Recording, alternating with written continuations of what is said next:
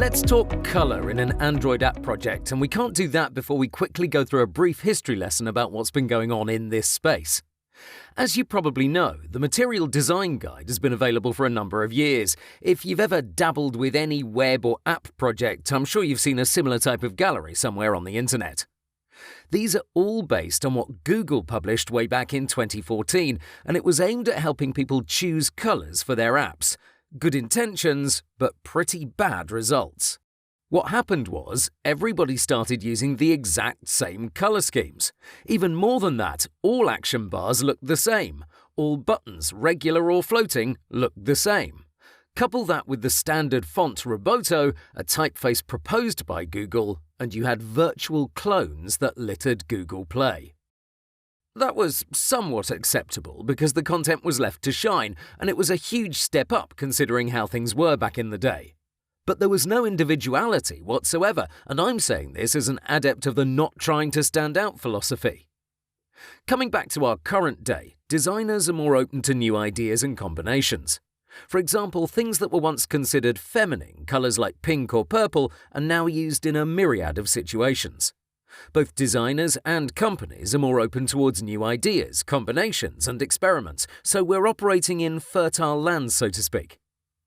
Now, let's talk specifics.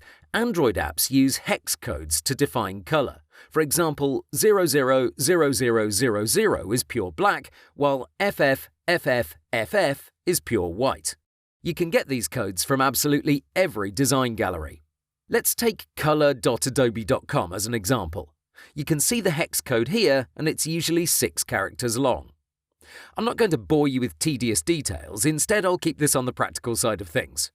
The way you use this code is, you copy it, you open Photoshop, and you activate your foreground or background swatch, and you paste it in. Then you're good to go.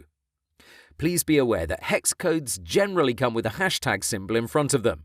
In Photoshop you can see the hashtag outside the box, so you don't need to include it.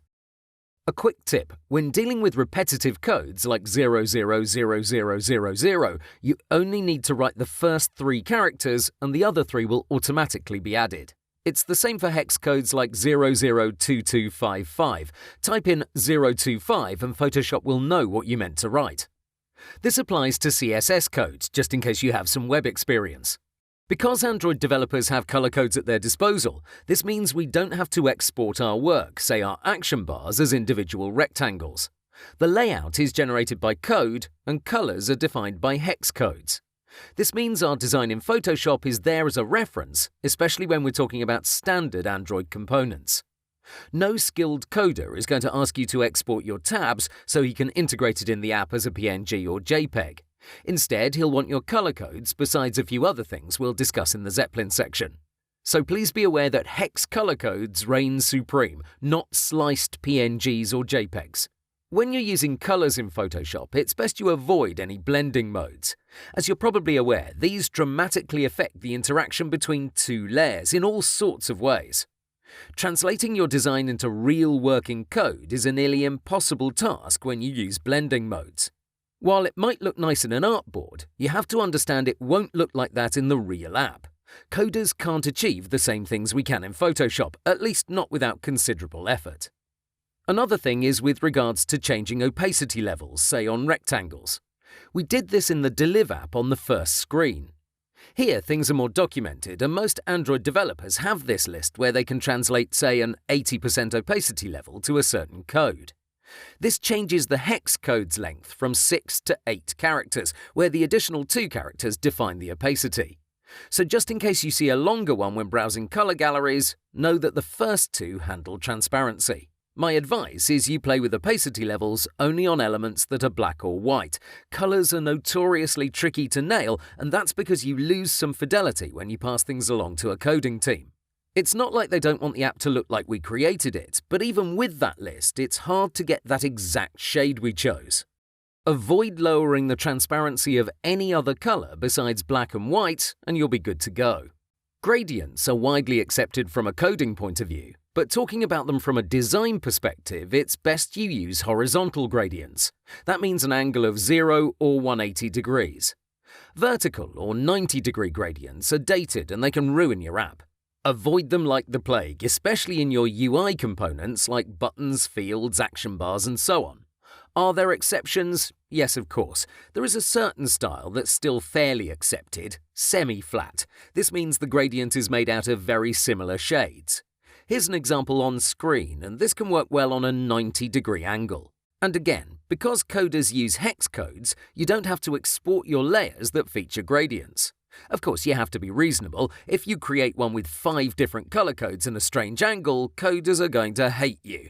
Actually, designers are going to hate you as well, but let's stay on point. In an Android app, you can expect to see a primary and a secondary color.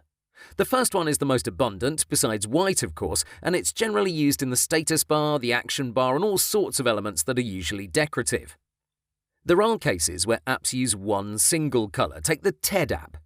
Here, primary and secondary labels are useless because the app relies on one color throughout all its screens, though it does feature a darker shade for some buttons. Secondary colors are what I like to call action colors. Let's take a look at iHerb's app, where green is clearly the primary color and orange is the secondary color. You can see it's used for the most important button on the screen, Add to Cart. While there are 2 other buttons here, those pale into comparison. The app is a store, thus it wants to sell. Sure, adding notes and sharing might help towards that end, but these are clearly not as important as Add to Cart, so they don't deserve the orange treatment. It's best you use your action color sparingly. Typically, you can use it on buttons, links, checkboxes, sliders, and other elements that have an action behind them. Some apps use 3, 4, or even 5 colors, but those are a rare occurrence and it takes a skilled designer to pull that off.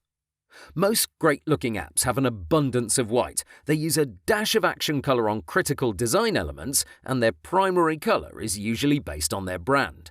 There's a lot more to discuss, but this concludes our first lecture about color in the Android realm. I'll see you in a second.